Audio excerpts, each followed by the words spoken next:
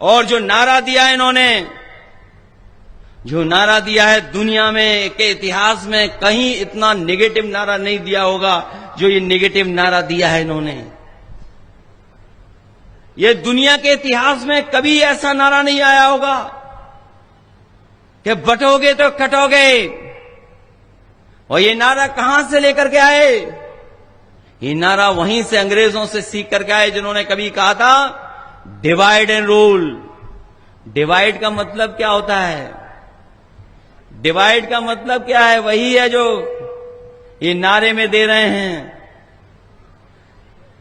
ये जो divide and rule वाले लोग हैं, ये उन्हीं अंग्रेजों के विचार बंसी हैं, उन्हीं अंग्रेजों के वचन बंसी हैं जिन्होंने इस देश को बांट करके राज करने का काम किया था।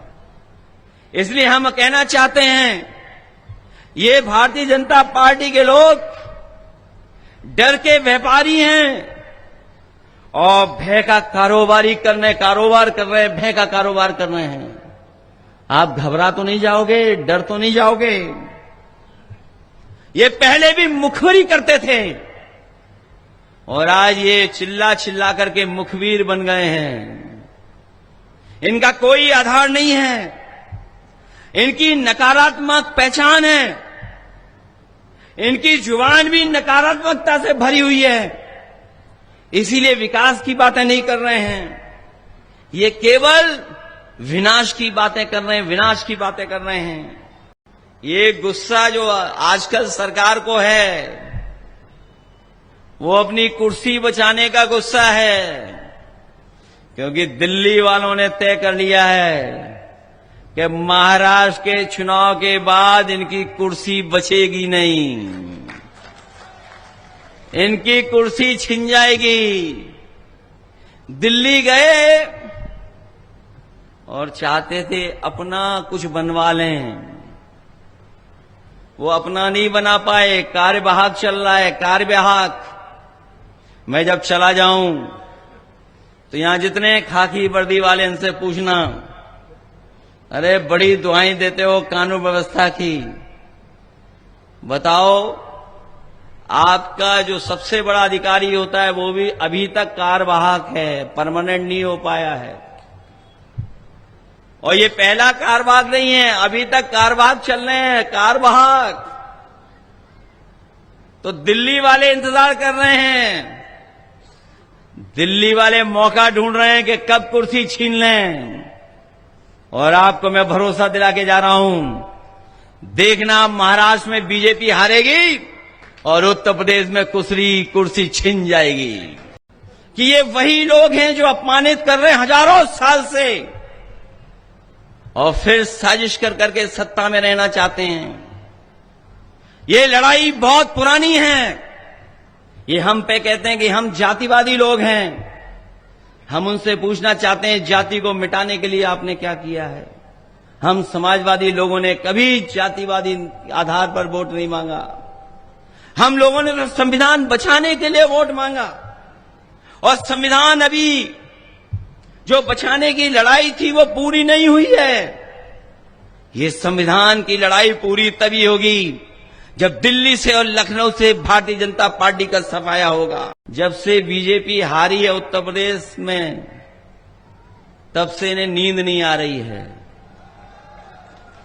जब ये करवट बदलते हैं तो कभी यूपी याद आ जाती है, यूपी की हार याद आ जाती है।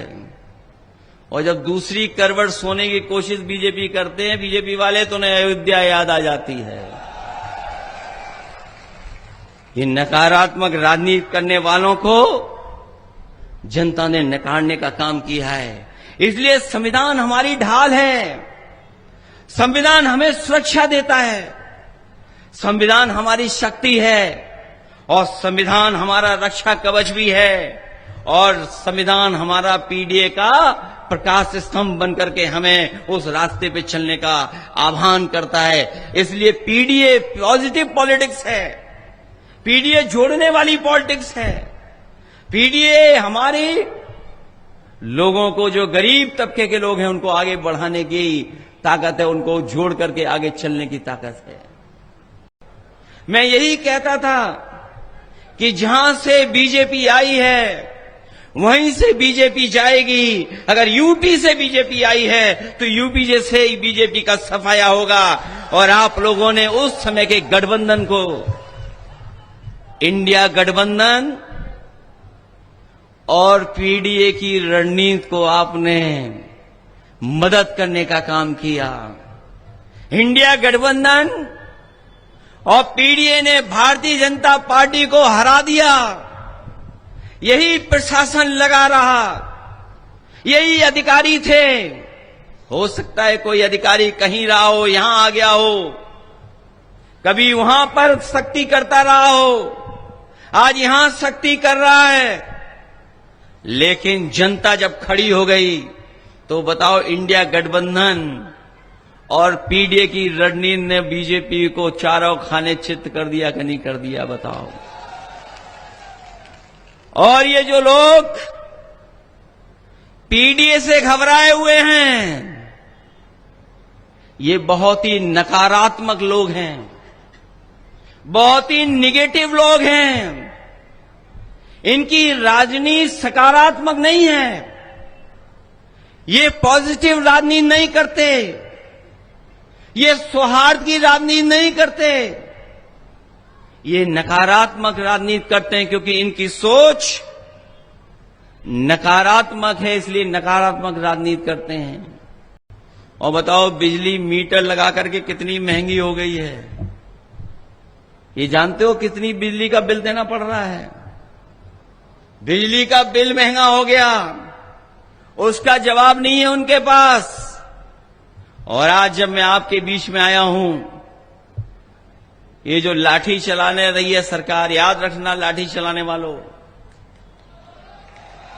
ये जो लाठी आप चला रहे हो, ये जैसी सेवा आप कर रहे हो वैसी सेवा आपको भी कभी कभी मिलेगी। अभी इलाहाबाद में सुना है लाठी चल रही है, वहां पर यूपी पीएससी वाले नौजवान छात्र अपनी मांग को लेकर के गए, उनको लाठी मार दी, लाठी मार करके दबाना चाहते हैं। और इसलिए दबाना चाहते हैं, इनके पास कोई नहीं बचा, अधिकारियों के अलावा कोई इनके पास नहीं है, जनता तो है ही नहीं। और अगर जनता इनके साथ होती तो क्या बताओ, बीजेपी के नेता को अपनी वेशभूषा बदलनी पड़ती क्या? अगर इनके पास वोट होता तो बताओ, इन्हें वेशभूषा बदलनी पड़ती क्या? सुना है वेशभूषा बदल करके वोट मांग रहे हैं। वीडियो देखे मैंने, करीब से नहीं देखा है, मैंने तो तस्वीर देखी है। सुना है कि वो बदल गए कुछ पहनावे में। और जिन्होंने रामायण देखी होगी, रामायण जिन्होंने देखी होगी वो जानते होंगे, हमारे सीता मां का अपहरण भी भेष बदल करके हुआ था। इसलिए सावधान हो कि नहीं सावधान हो आप। हालांकि हमारे मुख्यमंत्री जी को अंग्रेजी नहीं आती है, और ये बात आपसे नहीं कह रहा हूं मैं, ये जो अधिकारी खड़े हैं, बड़े बड़े अधिकारी हैं, हमारे पुलिस के जवान तो शायद अंग्रेजी नहीं बोल पाएंगे, लेकिन ये थोड़े बहुत बड़े पढ़े लिखे लोग हैं, वो शायद अंग्रेजी बोल पाते होंगे। हमारे मुख्यमंत्री अंग्रेजी नहीं जानते हैं। पीडीए का फुल फॉर्म क्या निकाला उन्होंने? अभी सुना होगा, पीडीए का कोई फुल फॉर्म निकाला उन्होंने। हमें तो यही नहीं समझ पा रहा, पीडीए में एच कहां से आ गया। और जो भी शब्द हैं पीडीए, जहां जहां लगे होंगे उनसे ये नफरत कर रहे हैं।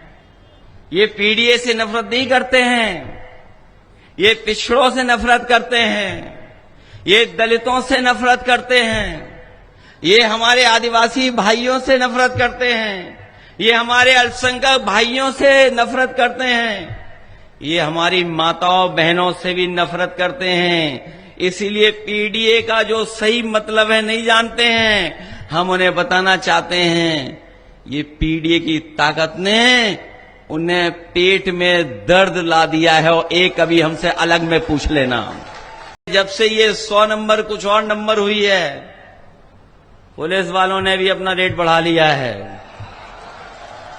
ये 100 नंबर, ये जितने लोग खड़े हैं प्रशासन के लोग, ये सब जानते होंगे कि ये 100 नंबर बनाया गया था इनकी सुविधा के लिए और जनता की सेवा के लिए। फोन करो पुलिस मदद के लिए आ जाए, अब तो फोन करो पुलिस लूटने आ रही है। ये कौन बदल रहा है ये प्रशासन को? क्या सरकार को नहीं पता? इतनी लूट मची हुई है। ये पहले बोरी में से चोरी कर रहे थे, अब पूरी बोरी चोरी हो गई। बताओ बोरी चोरी हो गई कि नहीं हो गई? ये लोग ऐसे वैसे नहीं कमा रहे हैं। एक बार बड़े अधिकारियों को पता लगा कि एक थाने में बहुत कमाई हो रही है। वो बड़े अधिकारी पहुंच गए उस थाने में, रंगों हाथों पुलिस पकड़ ली। बताओ, रंगों हाथ, रंगे हाथ पकड़ ली पुलिस को। और जानते हो, बताओ क्या कमाई थी उस थाने की? कभी आपने हिसाब किताब लगाया, सोचा कि क्या कमाई थी उस थाने की? 15 लाख रुपए प्रतिदिन कमाई थी। बताओ, ये सरकार अपने आप को ईमानदार बोल रही है? मैंने 2 उदाहरण दिए हैं, अगर ये 2 उदाहरण गलत हैं तो बताए, कोई बताए हमें। जो इस जिले में अधिकारी हैं, 2 उदाहरण मैंने दिए, करो कार्रवाई। बोलो अगर ये 2 उदाहरण गलत हों तो बता दो हमें। 2 उदाहरण दिए, पूरी की पूरी सरकार ने पुलिस को चोरी पे लगा दिया। बताओ, ये बदनामी हो रही है उत्तर प्रदेश की कि नहीं बदनामी हो रही?